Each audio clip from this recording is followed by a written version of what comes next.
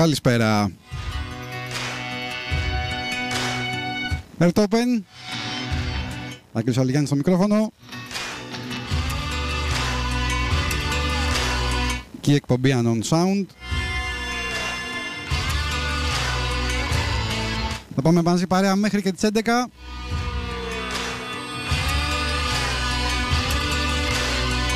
Καλεσμένος σήμερα ο Δημήτρης Μητσοτάκης από τους Ενδελέχεια, γνωστός μάλλον από τους Ενδελέχεια και όχι μόνο.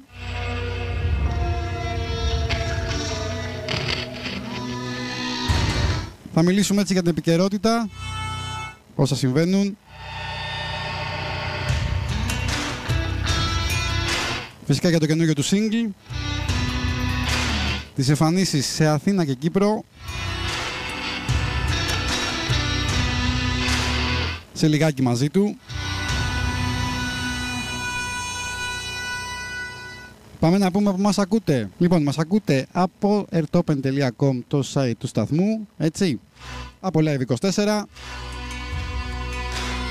Να πούμε ότι η εκπομπή παίζει και σαν αναμετάδοση κάθε Σάββατο στον Ενπλό 89,2 στις 11 για Κέρκυρα, Θες, Πρωτεία και Ιωάννινα.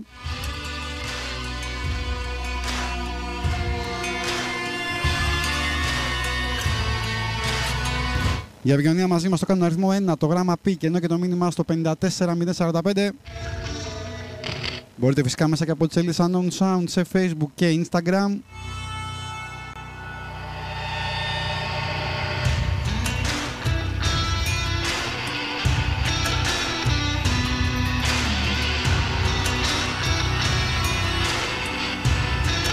Πάμε λίγο πριν έτσι μιλήσουμε με τον Δημήτρη. Να δούμε έτσι τα εξαιρετικά αυτά που γίνονται αυτές τις μέρες. Και δεν είναι και λίγα. Όπως είπαν και τα υπόγεια ρεύματα στη συνέντευξη που ανεβάσαμε σήμερα για στην ερώτηση πώς χαρακτηρίζουν έτσι τη διαχείριση από την κυβέρνηση της όλης κατάστασης. Θα ήταν, λέει, για γέλια, αν δεν υπήρχαν βέβαια τόσοι θανάτοι. Οπότε, λέει, θα πούμε απλά επικίνδυνη. Έχουμε και το μέτρο με το πρόστιμο 100 ευρώ για άνω των 60 για όσους δεν εμβολιάζονται.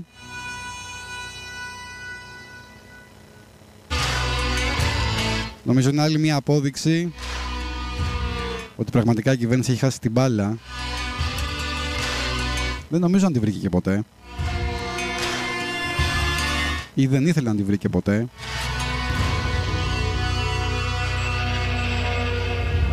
Οι γιατροί φωνάζουν.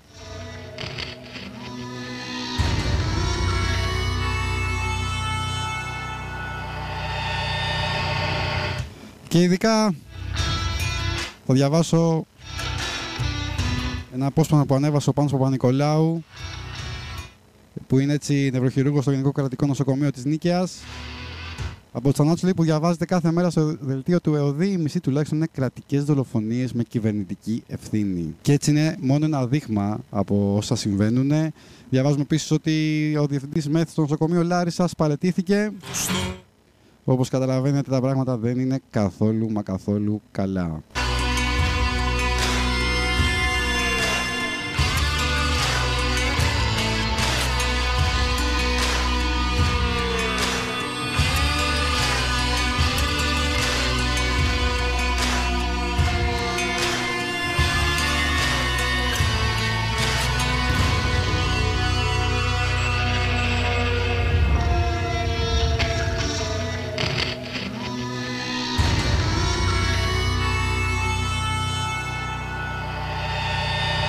Βέβαια, σήμερα ο Πρωθυπουργός από το βήμα της Βουλής είπε δεν έχουμε ενδείξεις ότι η θνησιμότητα διασωληνωμένων εκτός ΜΕΘ είναι μεγαλύτερη από ότι σε ΜΕΘ.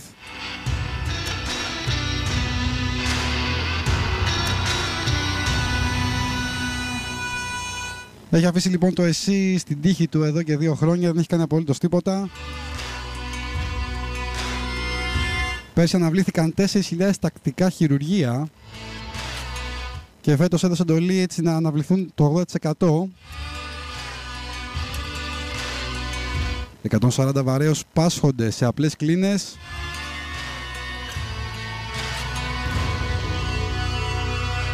Μιλάμε πλέον για μια δολοφονική κυβέρνηση, έτσι.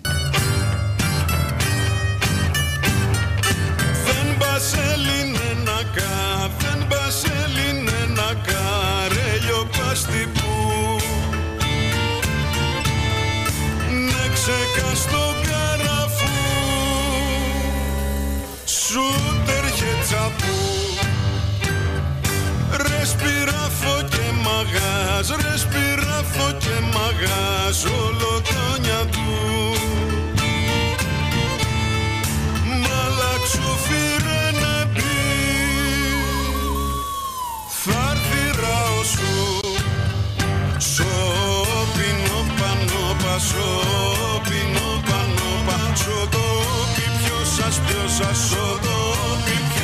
Ποιος σας η ζήτηση σήκωμε, άμα σε υπερβέμε.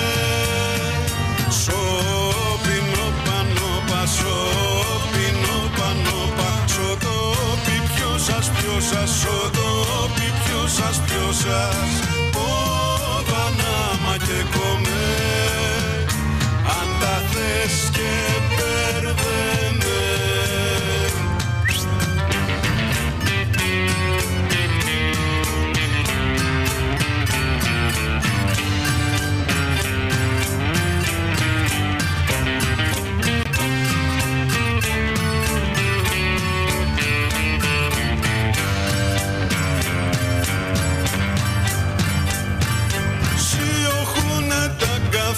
Σιωχούνε τα καφρά, δέχουνε πατσί.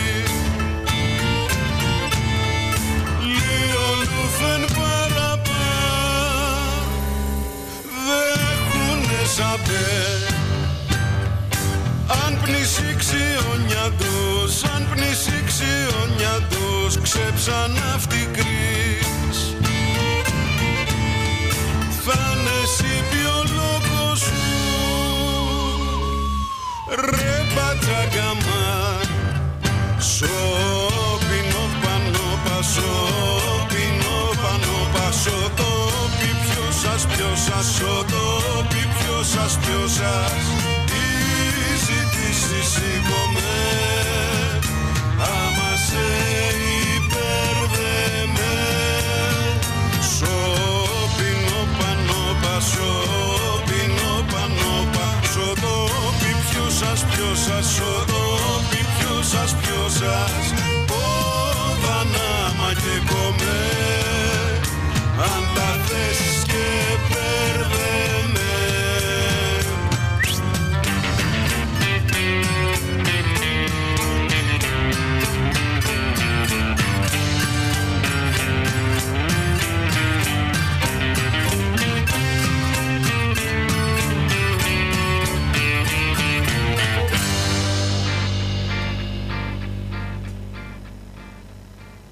Λοιπόν, και γυρίσαμε παρέα με τον Δημήτρη τον Μητσοτάκη. Δημήτρη, καλησπέρα. Γεια σου, Άγγελε, καλησπέρα. Λοιπόν, λέω ότι δεν ξέρω αν το είπα και στον αέρα. Πρέπει να είσαι ο μόνος Μητσοτάκης επώνυμος που δεν σε βρίζει η πλειοψηφία του κόσμου, έτσι. Δεν ξέρω. Εντάξει, επώνυμος Μητσοτάκης... Ενώ ξέρεις, δεν μιλάμε τώρα για... Ναι, που είναι γνωστό στον κόσμο, ρε παιδί μου, ναι. Εντάξει, θέλω να πιστεύω ότι και τον αδερφό μου, ας πούμε, που είναι και αυτός Μητσοτάκης, τον άνθρωπο. Για πάμε λίγο. Θα πούμε και το κοινό τραγούδι που ακούσαμε, αλλά μιας έτσι και το ξεκινήσαμε έτσι. Πώς βλέπεις την κατάσταση την όλη, γιατί κάθε μέρα δεν βαριέσαι σε αυτή τη χώρα, έτσι. Τα τελευταία 2 χρόνια. Ναι, δεν βαριόμαστε. Κάθε μέρα έχουμε κάτι να ασχοληθούμε. Ναι. Τι να πω, κοίταξε κάτι. Η κατάσταση είναι πολύ δύσκολη. Έτσι νομίζω ότι είμαστε από τις πρώτες χώρες σε θανάτους, ας πούμε. Με βάση τον πληθυσμό. Ναι.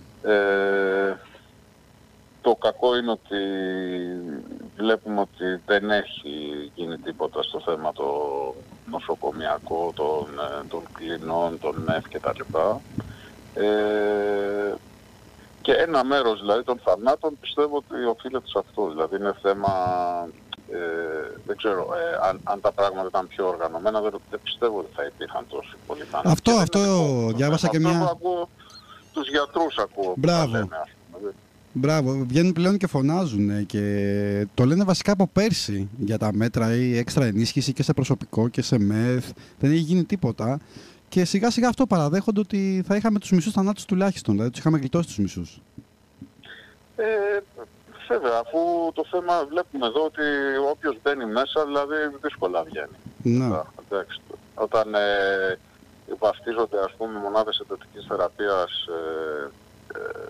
θάλαμη, απλή και ράτζα κτλ. Με ένα οξυγόνο ας πούμε από πάνω από το κεφάλι. Δεν ξέρω, δεν νομίζω ότι... Από αυτά που ακούω και διαβάζω πάλι, ευτυχώς δεν έχω τύχει να πάω ας πούμε σε τέτοια νοσοκομεία, αλλά από αυτά που ακούω από τους γιατρούς που ορίονται οι άνθρωποι ας πούμε που δίνουν μάχη, πραγματικά. Τα πράγματα πρέπει να είναι σε κατάσταση... Πάντως δεν υπάρχουν ενδείξεις από ό,τι λέει ο Πρωθυπουργός σήμερα ότι εκτός ΜΕΘ διασωληνωμένοι υπάρχει κάποια επίπτωση, έτσι, δεν πειράζει δηλαδή που τους έχουμε, αυτό είπε στην ουσία. Δεν υπάρχει κάποια έρευνα που να αποδεικνύει, ξέρεις. Κάτι πρέπει να πούνε κι αυτοί. Εγώ σε αυτά τα θέματα όμως κοιτάω τους ανθρώπους που είναι στην πρώτη γραμμή. Και δεν είναι. Αυτοί δεν είναι οι πολιτικοί στην πρώτη γραμμή. Στην πρώτη γραμμή είναι οι γιατροί. Έτσι. Λοιπόν, για πάμε λίγο. Ακούσαμε ένα τραγούδι για να σε γυρίσω λίγο έτσι στα μουσικά. Ποδανά και κομέ.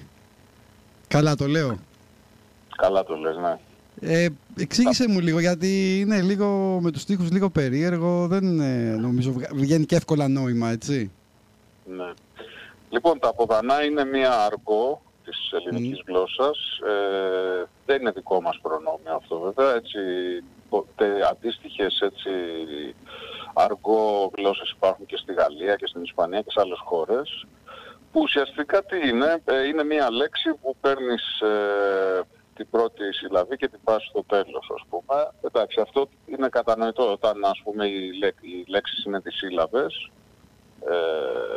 Ψωμί, ας πούμε, το παίρνεις το ψω και το πας στο τέλος. Και γίνεται η λέξη μη ψω. Και στις τρισύλλαβες λέξεις πας πάλι την πρώτη συλλαβή στο τέλος, κρατάς δεύτερη, τρίτη είναι οι αρχικές και μετά η πρώτη πάει στο τέλος. Αυτή έτσι η τεχνική, πώς να το πω, συνήθως συναντάται σε χώρους περιθωριακούς, ναι. Στη φυλακή, στις πιάτσες ας πούμε, και όλοι καταλαβαίνουμε ότι βγαίνει από μία ας πούμε ανάγκη αυτών των τύπων, των περιθωριακών, να μην γίνονται κατανοητοί στους υπόλοιπους όταν θέλουν να μιλήσουν ας πούμε την κωδική τους γλώσσα. Κατάλαβα. Λοιπόν, κάποια στιγμή και όταν ήμασταν πιτσιρικάδες το χρησιμοποιούσαμε και για πλάκα έτσι και εμείς στην ηλικία του σχολείου του Λυκείου, ας πούμε, του Γυμνασίου. Και τα κομμέ είναι κάτι αντίστοιχο, δηλαδή είναι κομμένες λέξεις ας πούμε. Αυτό είναι πιο εύκολο να το κατανοήσεις, κόβει συνήθως την τελευταία συλλαβή και τα λοιπά. Σας παραπέμπω και στο πολύ γνωστό τραγούδι του Άκη Πάνου, το «Εφτά νομά σε ένα δωμά». Σωστό. Ένα τραγούδι γραμμένο όλο στα κομμέ, ας πούμε. Κατάλαβα. Που είναι οι κομμένες λέξεις. Αυτό το τραγούδι που παρουσίασα το περισσότερο είναι στα ποτανά και έχει και κάποιες λέξεις στα κομμέ για λόγους έτσι, πώς να το πω, για κάποια σημεία να είναι λίγο πιο εύληπτα, ας πούμε, να μην χρειάζεται να κάτσεις λίγο να τα δεις γραμμένα. Ωραία, και αυτό είναι το 7ο τραγούδι, 7ο single που βγάζεις φέτος? Μέσα στο 21 είναι το 7ο, ναι. Είναι το 7ο και θα ακολουθήσει τώρα σύντομα, σε λιγότερο από μήνα φαντάζομαι, θα ακολουθήσει άλλο ένα που έχω έτοιμο. Πες μας άμα θες. Εντάξει, είχα στόχο μέσα στο 21 να βγάζω περίπου ένα τραγούδι κάθε μήνα. Εντάξει, δεν το έχω καταφέρει ακριβώς, αλλά τέλος πάντων κάνω φιλότιμες προσπάθειες. Πάντως μέσα στο 21 τη δυσκολία γενικά έμεινε σταθερός, δηλαδή ενώ έβγαζε τραγούδια. Δεν είναι ότι, ξέρεις, δεν σε πήρα από κάτω με καθόλου ψυχολογικά. Με την όλη κατάσταση. Δεν μπορούμε να κάνουμε αλλιώς. Αυτή είναι η δουλειά μας. Εγώ αυτό ξέρω να κάνω και αυτό κάνω. Δηλαδή, όσο μπορώ και έχω έμπνευση και κάθομαι και δουλεύω και μου βγαίνουν κάποια πράγματα που θεωρώ ότι είναι άξια λόγου, τα δημοσιοποιώ. Έτσι αυτή είναι η ζωή μου εμένα. Δεν μπορώ να σταματήσω. Κατάλαβα. Θέλω να μου πεις λίγο, έχεις και live, έτσι, Παρασκευή, έχουμε κύτταρο μαζί με Υπόγεια Ρεύματα. Παρασκευή 3 Δεκεμβρίου, ναι, μεθαύριο. Μεθαύριο. Και μετά έχεις και Κύπρο, είδα. Ναι, μετά κατεβαίνω στην Κύπρο, Λευκοσία στις 11 του μήνα, Δεκέμβρη, και Λεμεσό στις 12 του μήνα. 2 συναυλίες. Και μάλιστα στη Λευκοσία θα είμαστε με τα Υπόγεια Ρεύματα. Στη Λεμεσό θα είμαι μόνο με την πάντα μου. Και μετά τις 2 συναυλίες αυτές θα κάτσω και λίγες μέρες στη Λευκοσία, γιατί θα περάσω από τα γυρίσματα μιας ταινίας που γίνεται αυτή την περίοδο, γυρίζεται αυτή την περίοδο και είναι βασισμένη στο μυθιστόρημά μου η μονοκατοικία. Θα το έλεγα και με πρόλαβες. Για πάμε μου πεις περισσότερα. Λοιπόν, είναι το μυθιστόρημά σου η μονοκατοικία και θα γίνει μεγάλου μήκους ταινία, έτσι. Κοίταξε, να σου πω, υπάρχουν 2 ταινίες που τρέχουν αυτή την περίοδο. Η μία είναι μικρού μήκους και η άλλη είναι μεγάλου μήκους. Okay. Λοιπόν, η μεγάλου μήκους γυρίζεται αυτές τις μέρες. Ξεκίνησαν τα γυρίσματα 8 Νοέμβρη και θα τελειώσουν στα μέσα του Δεκέμβρη. Γίνονται στην Κύπρο τα γυρίσματα. Ωραία. Με σκηνοθέτη τον Κίμωνα τον Μιλωνά. Αυτή είναι η μεγάλη ταινία που έπρεπε κανονικά να ξεκινήσει πριν την καραντίνα, αλλά τελικά με τις καραντίνες και τις αναβολές και όλα αυτά ξεκινήσαν τα γυρίσματα 8 του Νοέμβρη. Ωραία, οπότε πήγε πίσω, ναι, λογικό. Ναι, πήγε πολύ πίσω. Η άλλη ταινία είναι μια μικρού μήκους ταινία, η οποία βασίζεται σε ένα άλλο κείμενό μου από τα σκισμένα ημερολόγια, σε ένα διήγημα που έχει τίτλο «Η Νανά». Γυρίστηκε τις πρώτες μέρες του Σεπτέμβρη που μας πέρασε στην Κεφαλονιά από το Μαρίνο το Σκλαβουνάκι. Αυτή η ταινία τώρα είναι στο μοντάζ, η μικρή. Οπότε είναι σχεδόν έτοιμη δηλαδή. Ναι, τα γυρίσματα έχουν τελειώσει, είναι στο μοντάζ η ταινία αυτή. Ωραία. Ναι. Οπότε υπάρχουν 2 ταινίες, ας πούμε, αυτή την περίοδο που έχουν σχέση με κείμενα δικά μου. Εντάξει, μπορώ να πω σε χαροποιεί το γεγονός αυτό, έτσι, ότι θα τις δεις και με εικόνα και ολοκληρωμένες. Εννοείται ότι με χαροποιεί και με ενθουσιάζει κιόλας. Εν τω μεταξύ είμαι πολύ ικανοποιημένος και με αυτό που συμβαίνει. Δηλαδή, γιατί στην Κεφαλονιά είχα τη τύχη να είμαι στα γυρίσματα σχεδόν σε όλες τις μέρες, το Σεπτέμβρη.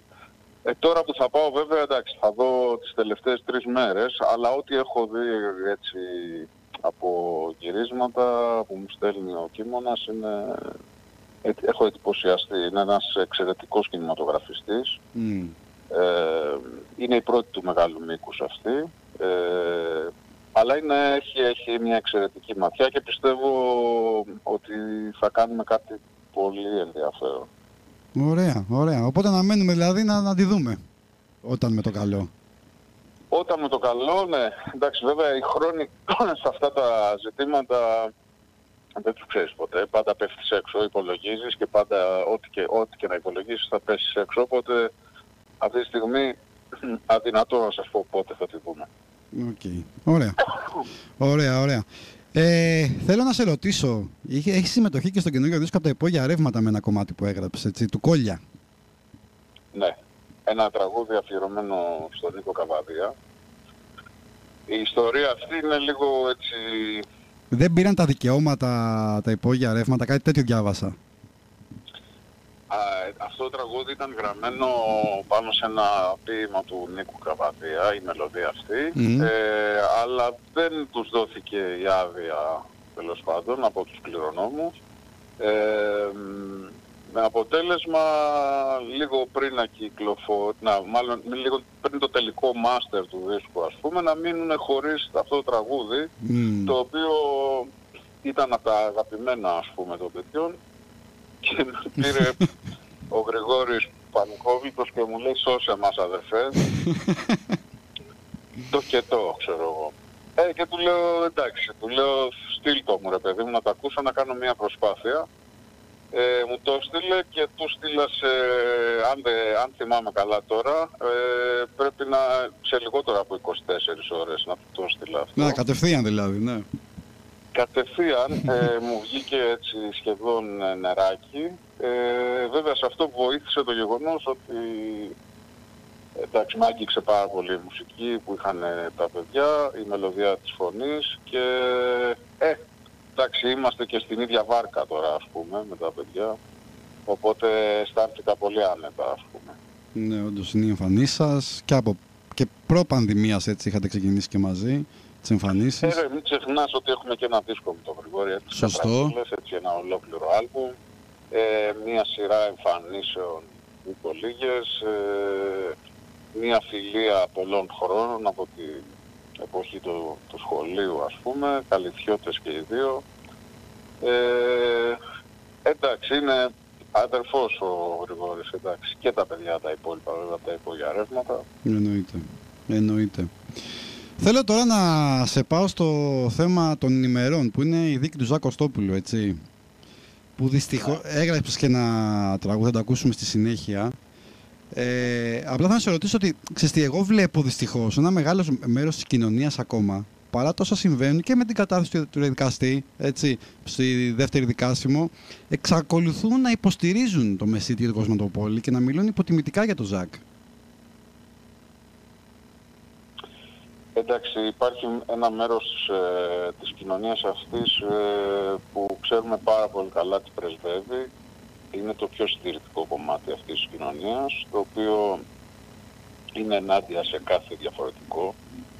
Είναι οι ίδιοι άνθρωποι που είναι ενάντια στους πιο ασθενείς, ας πούμε, κοινωνικά ανθρώπους, απέναντι στους ξένους, απέναντι στους διαφορετικούς. Δείχνουν ότι η διαφορετικότητα σαν να τους τρομάζει, ας πούμε. Εμένα όλα αυτά τα άτομα πολλές φορές με βάζουν σε σκέψεις. Δηλαδή, νομίζω ότι απέναντι στη διαφορετικότητα ίσως βλέπουν ένα αποθυμένο δικό τους εαυτό. Πιθανά και αυτοί κάποτε να θέλανε να είναι διαφορετικοί και επειδή δεν το κατάφεραν, ας πούμε, έχουν στραφεί εναντίον στους ανθρώπους που εκδηλώνουν τη διαφορετικότητά τους, έστω με κάποιους τέτοιους τρόπους που πολλές φορές μπορεί να μην είναι και κομψή, ρε παιδί μου. Εντάξει, εγώ δεν λέω σώνει και τε ότι κάθε διαφορετικός έχει και μια κομψότητα ή μια ευγένεια. Στο θέμα όμως του Ζακ έχουν βγει και έχουν βγει πορίσματα από ιατροδικαστές και έχουν πει ότι τον άνθρωπο το σκοτώσαν στο ξύλο. Αυτό ακριβώς. Έχουν πει ότι δεν κρατούσε μαχαίρι. Έχουν πει ότι δεν μπήκε να κλέψει. Δηλαδή μπήκε μέσα και εγκλωβίστηκε και δεν μπορούσε να φύγει. Δηλαδή, εντάξει, η δίκη ας πούμε θα γίνει, αλλά αυτά τα πορίσματα που έχουν βγει δεν είναι κάποια πράγματα που λέμε εμείς, ας πούμε, τώρα. Είναι κάποια πράγματα που τα είπαν οι άνθρωποι που ασχολούνται με το θέμα. Και εδώ ξέρεις, βλέπουμε και λίγο πόσο σημαντικά είναι τα μέσα μαζικής ενημέρωσης, γιατί ακόμα υπάρχουν πολλοί που θεωρούν ότι και λένε το κλεφτρόνι που μπήκε να κλέψει, αυτό το αρχικό που είχε παίξει στην τηλεόραση το πρώτο διάστημα. Ναι, εντάξει, και έχει μείνει... Ξέρουμε πολύ καλά τι εξυπηρετούν τα συγκεκριμένα μέσα. Τώρα δεν είναι καινούριο αυτό το πράγμα. Από την εποχή της Χρυσής Αυγής συμβαίνει αυτό το πράγμα. Έτσι. Εδώ και 7 χρόνια, 8 ανελπώς τουλάχιστον. Για την άνοδο πάλι... πολύ καλά. Για την άνοδο πάλι του φασισμού, τι έχεις να πεις που βλέπουμε πάλι μια άνοδο? Κοίταξε, όσο οι κοινωνίες θα πιέζονται, και οι κοινωνίες πιέζονται συνειδητά από το νεοφιλελεύθερο αυτό καπιταλιστικό σύστημα, όσο υπάρχει αυτή η κοινωνική πίεση, η οικονομική πίεση, όσο η εργατική τάξη, ας πούμε, και οι άνθρωποι οι πιο κάτω οικονομικά, οι μεροκαματιάριδες και λοιπά, όσο θα πιέζονται και η πίεση γίνεται αφόρητη, ας πούμε, συνεχώς, αυτά τα φαινόμενα θα φουντώνουν. Ακριβώς το ίδιο πράγμα συνέβαινε στην Ευρώπη στο Μεσοπόλεμο. Ακριβώς το ίδιο. Ό,τι συμβαίνει τώρα στις μέρες μας. Εμείς τώρα ήμασταν μετά από μια δεκαετή οικονομική κρίση, μπαίνουμε ξαφνικά σε μια άλλη κρίση λόγω της πανδημίας και καπάκι, ας πούμε, μια νέα κρίση που λέγεται πληθωρισμός, ακρίβεια, ξέρω εγώ. Ναι. Λοιπόν, όλα αυτά τα πράγματα βοηθούν στο να φουντώνουν τα κατώτερα ένστικτα του πιο, ας πούμε, έτσι, χαμηλού, ας πούμε, πώς θα το πω, κοινωνικά κόσμου, ας πούμε, από άποψη οικονομική χαμηλή. Ναι. Και είναι και ξέρουμε πάρα πολύ καλά και ότι όλα αυτά τα κινήματα, ας πούμε, τα εθνικό, ψευτοεθνικιστικά και φασιστικά κτλ. Κυρίως απαρτίζονται από κόσμο ο οποίος δεν είναι υψηλής, ας πούμε, μόρφωσης και τα πράγματα τα βλέπει λίγο, ξέρεις, αντιδράει απέναντι σε ένα ερέθισμα χωρίς δεύτερη σκέψη. Ναι. Ναι. Οπότε είναι πώς το λένε, οι Άγγλοι piece of cake, ας πούμε, για αυτά τα, πώς το λένε, για αυτές τις φωνές, ας πούμε, τις φασίζουσες. Έτσι. Για τα pushback και τους πρόσφυγες που η κυβέρνηση αρνείται, αλλά είχαμε τώρα, δεν ξέρω αν το είδες, και μια καταγγελία που βγήκε σήμερα από έναν Ιταλό διερμηνέα που τον πέρασαν για πρόσφυγα το Σεπτέμβρη και του κάνανε επαναπροώθηση στην Τουρκία. Και βγήκε σήμερα και το γράφει και New York Times, κανονικά βγήκε πλέον και έτσι επίσημα. Όχι, δεν το είδα αυτό, δεν το άκουσα. Ναι. Το Σεπτέμβριο το περιστατικό και το έγραψε σήμερα, το ανέφερε και New York Times, γιατί έκανε καταγγελία. Ναι. Γενικά, θα σου κάνω μια έτσι απλή ερώτηση. Πιστεύεις γενικά έχουμε δημοκρατία? Έχουμε δημοκρατία. Κοίταξε κάτι. Θα σου πω ότι το πολίτευμά μας είναι κοινοβουλευτική δημοκρατία. Ναι. Δεν έχουμε ένα δικτατορικό καθεστώς, έτσι, έχουμε μια εκλεγμένη κυβέρνηση. Ωστόσο, βλέπω ότι υπάρχει μια πολύ μεγάλη δυσκολία στα μέσα, τουλάχιστον τα καθεστωτικά μέσα, και στα κυρίαρχα μέσα, ας πούμε, στην τηλεόραση και στα ραδιόφωνα τα πιο μεγάλα. Υπάρχει μια δυσκολία να ακουστεί μια άλλη φωνή. Μια φωνή, ας πούμε, η οποία δεν συμφωνεί, ρε παιδί μου, με τις κυβερνητικές αποφάσεις. Και μην ξεχνάμε και το νόμο περί fake news και λογοκρισίας που πέρασε, έτσι. Ναι, φυσικά. Και αυτό.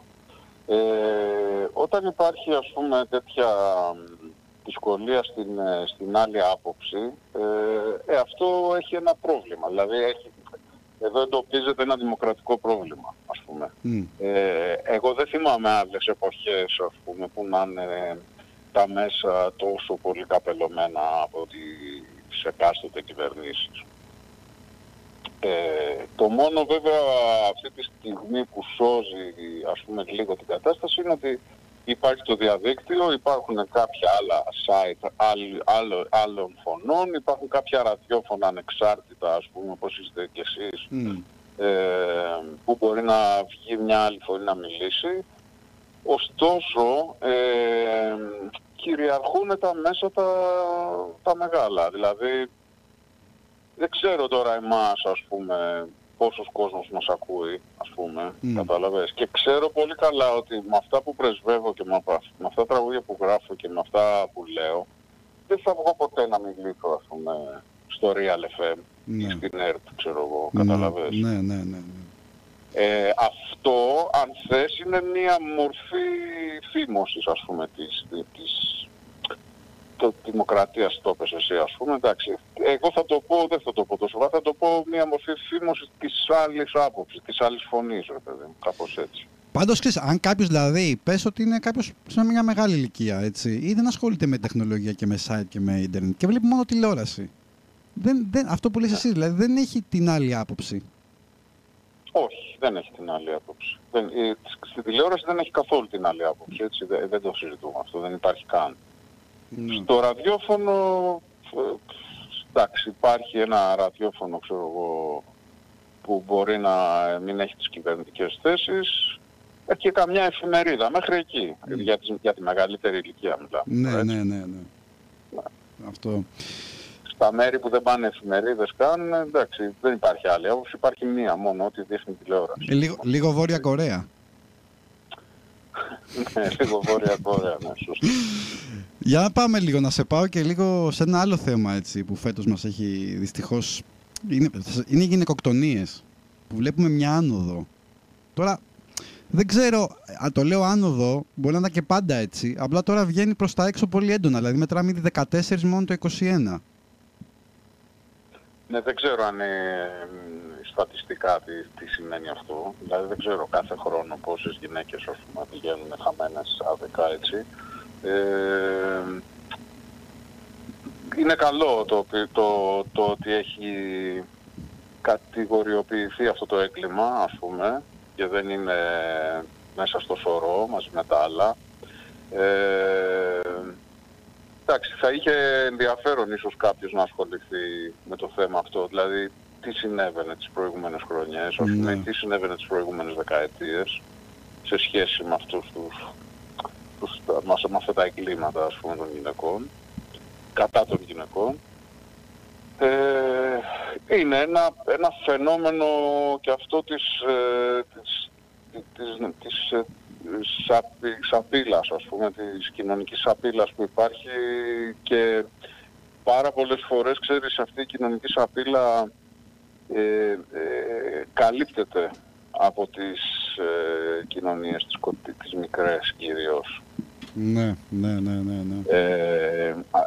Και αυτό είναι επίσης ένα πολύ έτσι ενδιαφέρον θέμα να δει κάποιος που ασχολείται με αυτά τα θέματα, ας πούμε, κάποιος κοινωνιολόγος, εγκληματολόγος, ας πούμε, κτλ. Δηλαδή, πόσοι είναι γνώστες, ας πούμε, κάποιας κατάστασης και για διάφορους λόγους κοινωνικούς, οικογενειακούς πολλές φορές, οικονομικούς, δεν βγάζουν μιλιά, ας πούμε, έτσι. Ναι, ακριβώς.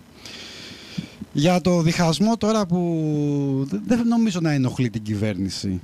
Ενώ ξέρεις για τα εμβόλια και μη, στους χώρους τώρα πλέον που απαγορεύει η κυβέρνηση στους μη εμβολιασμένους, οπότε αυτόματα ξέρεις στην κοινωνία βγαίνει ένας διχασμός. Ναι.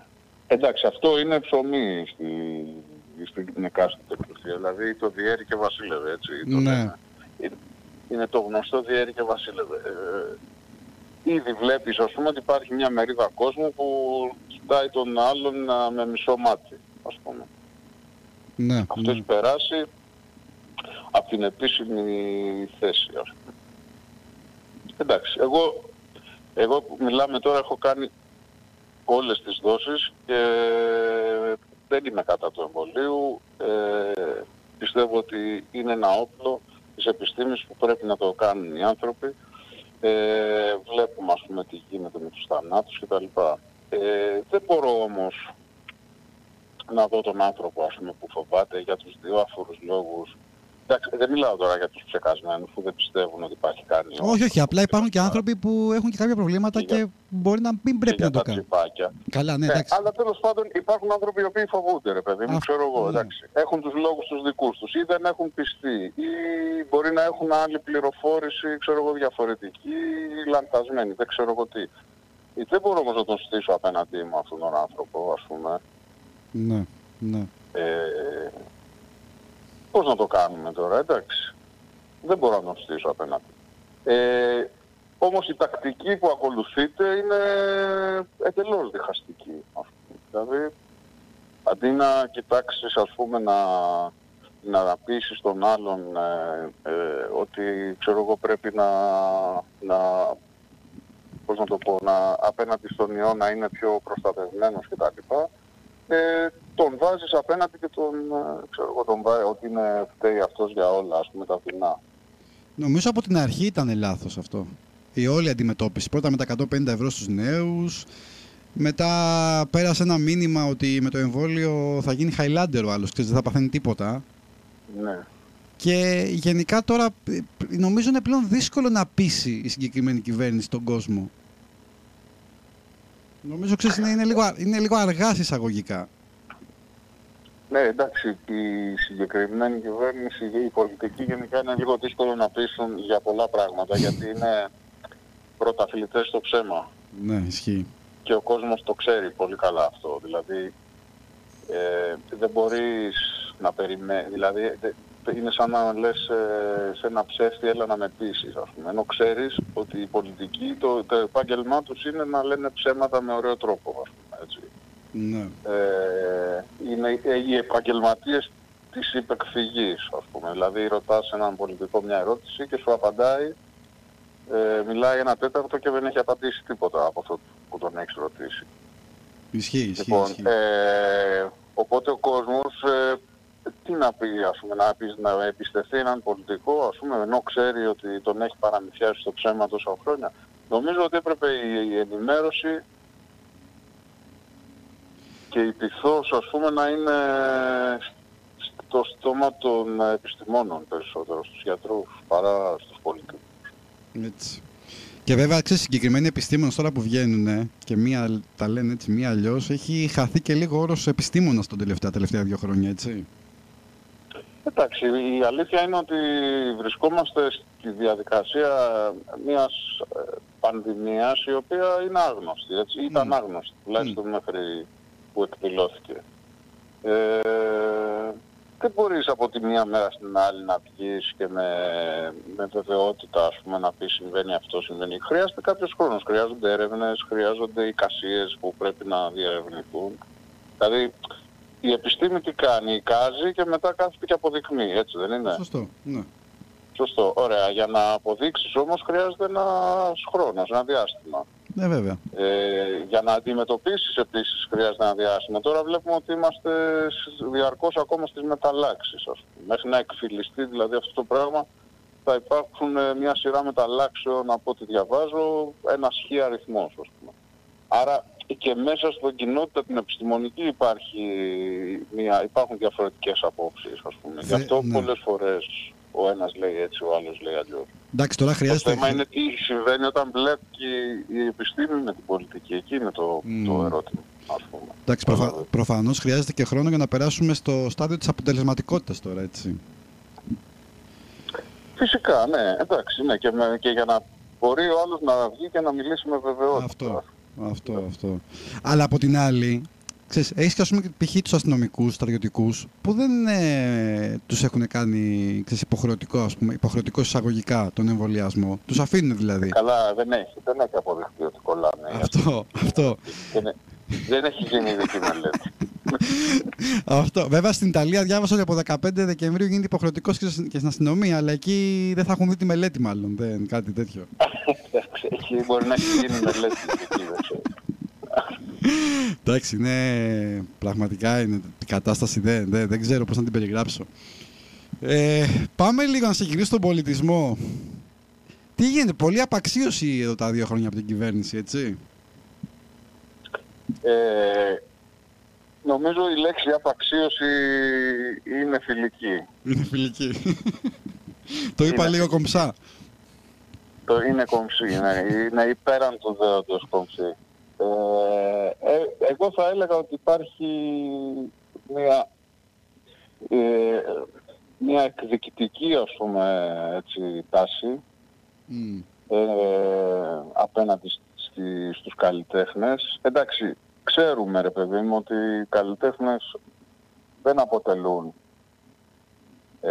πώς το λένε, ψηφοφόρους, ας πούμε, τουλάχιστον αυτού του χώρου, αλλά όφιλε το κράτος να βοηθήσει ένα χώρο ο οποίος έχει περάσει τα πάντινα, ας πούμε, μέσα από την πανδημία αυτή και την καραντίνα. Δηλαδή οι καλλιτέχνες και οι εστιατόρες ήταν αυτοί που χτυπήθηκαν περισσότερο από όλους, ας πούμε.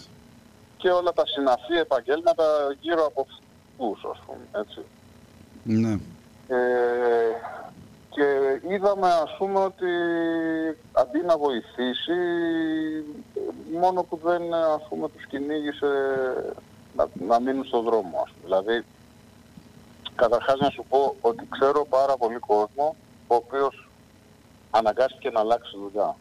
Δηλαδή, μπορώ αυτή τη στιγμή να σου πω μουσικούς Ναι, που κάνουν κάτι άλλο. Κοντινούς ανθρώπους οι οποίοι άλλαξαν δουλειά. Αναγκάστηκαν να αλλάξουν δουλειά γιατί δεν είχαν καμία στήριξη απολύτως. Και κάποιοι είχαν να δουλέψουν για 2 χρόνια, έτσι. Φυσικά, μα αυτό θέλω να σου πω. Ναι. Και ακόμα και τις περιόδους που άνοιγε λίγο, ας πούμε, δεν άνοιγε. Δηλαδή, και πόσοι μπορούσαν να δουλέψουν, πιστεύεις. Ναι. Και το καλοκαίρι, ας πούμε, που λέει ανοίγαν οι δουλειές, για ποιους ανοίγαν, ας πούμε, για 10 ονόματα μεγάλους τραγουδιστές και τους μουσικούς τους, ας πούμε. Για ποιους άνοιγε. Ναι. Αυτό θέλω να σου πω, ότι έδειξε δηλαδή μια τάση σαν να ήταν εκδικητική, ας πούμε, απέναντι. Εντάξει, γνωρίζουμε πολύ καλά εδώ, σε αυτή τη χώρα που ζούμε, ότι ο καλλιτέχνης συνήθως αναγνωρίζεται μετά θάνατο. Και τότε, ας πούμε, το τιμούν, του κάνουν και κανένα άγαλμα ή καμιά προτομή, του δίνουν καμία ονομασία, το όνομά του σε κανένα δρόμο κτλ. Όσο ζει όμως κάνουν τα πάντα για να τον πεθάνουν, ας πούμε. Εγώ αυτό το πράγμα το έχω, το βλέπω, το ζω και το καταγράφω κιόλας πάρα πολύ συχνά. Δυστυχώς ναι, το έχουμε ξαναδεί. Ισχύει. Λοιπόν, πάμε να θυμηθούμε έτσι, γιατί κλείνουμε σιγά σιγά. Έχουμε Παρασκευή Κύτταρο μαζί με υπόγεια ρεύματα. Και έχουμε και Κύπρο 11 και 12 του μήνα, έτσι. 11 και 12 Δεκεμβρίου Κύπρο, ναι. 11 Λευκοσία, 12 Λεμεσό. Έχεις κάποιο άλλο έτσι live που θες να πεις, γιατί κάνεις και άλλα πραγματάκια και με ρεκαντίνι ή οτιδήποτε. Αυτά θα τα... εντάξει, μετά τις γιορτές, τώρα είναι μακριά αυτά, εντάξει. Ωραία. Να τα πούμε τώρα, πάει μακριά η βαλίτσα. Ωραία. Να πούμε στον κόσμο για το κανάλι σου στο YouTube, έτσι, και στη σελίδα φυσικά να σε ακολουθήσουν. Ναι, φυσικά, ναι. Δημήτρης Μητσοτάκης Official στο YouTube, έχει μέσα όλες τις τελευταίες αναρτήσεις. Και στο Facebook, στο Badcamp, όποιος θέλει και μπαίνει και μπορεί από εκεί να αγοράσει όλα τα κομμάτια, να τα κατεβάσει, Spotify. Γενικώς έχουμε δικτυωθεί σε όλα τα μέσα. Δεν τα ξέραμε, τα μάθαμε, αναγκαστήκαμε να τα μάθουμε. Είναι η εποχή πλέον, νομίζω, που θα σε ρώταγα, ξέρεις, αν τα singles σου θα τα βγάλεις κάποια στιγμή σε CD και αυτά, αλλά δεν νομίζω να έχει νόημα πλέον, έτσι. Δεν ξέρω, να σου πω, τα προηγούμενα τα έβγαλα. Δηλαδή όλα τα single που έκανα 18, 19, 20, δηλαδή αυτή την τριετία, που ήταν 13 τραγούδια στον αριθμό, τα μάζεψα σε ένα single και σε ένα CD με τις εκδόσεις Μετρονόμος και τα κυκλοφόρησα τον Δεκέμβρη του 20. Εντάξει, αυτά τα CD υπάρχουν στα live, ας πούμε, κυρίως. Όποιος ενδιαφέρεται, ακούει ένα κομμάτι καινούριο και του αρέσει, εντάξει, μπορεί να έρθει να το πάρει, ας πούμε. Υπάρχουν κάποιοι άνθρωποι που έστω και για συλλεκτικό. Ή τα θέλουν να τα έχουν μαζεμένα κάπου, δεν ξέρω. Αυτό ή και για συλλεκτικούς. Οπότε δεν το αποκλείω και να τα μαζέψω κάποια στιγμή και αυτά τα καινούρια, ας πούμε, έτσι, για να υπάρχουν κάπου μαζεμένα. Ωραία. Τα βιβλία σου σε κάποιο βιβλιοπωλείο τα παραγγέλνει κάποιος? Τα βιβλία μου είναι, τα 3 βιβλία κυκλοφορούν, δηλαδή αυτά και τα 3 βιβλία είναι εκδόσεις Τόπος. Αυτά τα παραγγέλνεις ή από τις ίδιες τις εκδόσεις ή τα παραγγέλνεις στο βιβλιοπωλείο της γειτονιάς σου και στα φέρνουν. Τέλεια. Το πρώτο βιβλίο δεν κυκλοφορεί. Η Καυτή Σούπα που ήταν στα ελληνικά γράμματα που είχαν κλείσει τότε δεν κυκλοφορεί. Κάποια στιγμή πρέπει να σκεφτώ να το επανεκδώσω. Ναι, καλό θα ήταν. Καλό θα ήταν για να υπάρχει και αυτό για τον κόσμο. Λοιπόν, θα κλείσουμε με το τραγούδι για το Ζακ, το Ακούω Φωνές. Το Ακούω Φωνές, θα το παίξεις από την κανονική version ή από την ακουστική που έκανα για το κανάλι? Την ακουστική. Την ακουστική. Αυτό είναι live-άκι, γιατί το κομμάτι αυτό υπάρχει και το original που είναι ηχογραφημένο κανονικά, με ορχήστρα, με πάντα κτλ. Ωραία. Εντάξει, εγώ τώρα έχω έτοιμη την ακουστική version, αλλά να πούμε για τον κόσμο ότι υπάρχει και κανονική original. Λοιπόν, να σε ευχαριστούμε πάρα πολύ. Τι να πω, ελπίζω... Τελευταία ερώτηση, πώς τα βλέπεις τα πράγματα για το χειμώνα, για μετά τις γιορτές? Γιατί με τα ακούσματα που ανεβαίνουν, γενικά, λες να έχουμε τίποτα πάλι απαγορεύσεις και τέτοια? δεν θέλω να τρομάζω τον κόσμο και να κάνω άσχημες, πώς το λένε, προβλέψεις και προγνώσεις. Θέλω να πιστεύω ότι θα πάνε καλά τα πράγματα.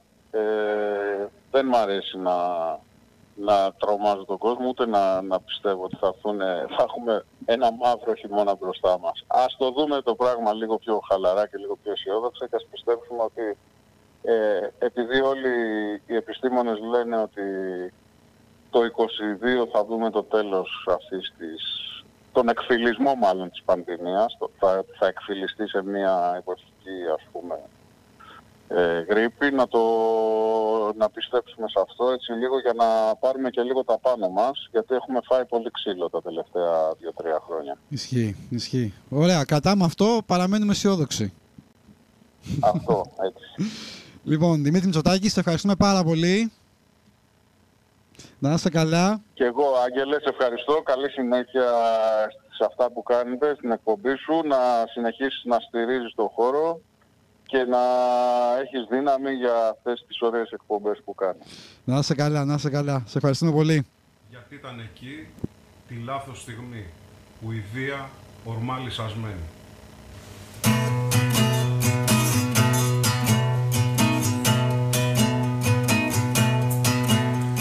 Ακούω φωνές μακρινές εκείνων που πήγαν χαμένοι. Γιατί ήταν εκεί τη λάθος στιγμή που η βία ορμά λυσασμένη.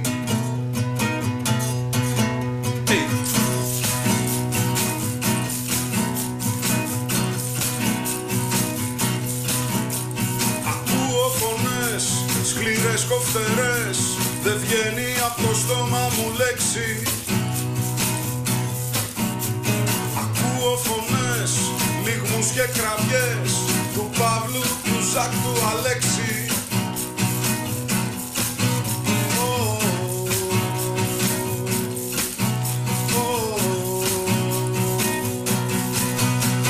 Ακούω φωνές,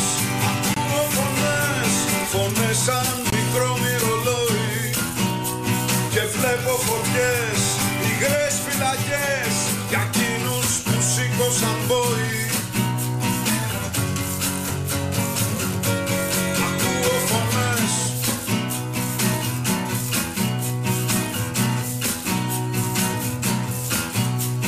ακούω φωνές, τραγούδια και ευχές ανθρώπων που γίνανε δέντρο. Ριζώσαν βαθιά στου νου τη σπηλιά και μες της καρδιάς μου το κέντρο. Ακούω φωνές και βλέπω το χθες να σκούζει γυμνό πεινασμένο. Κι η μάνα του εκεί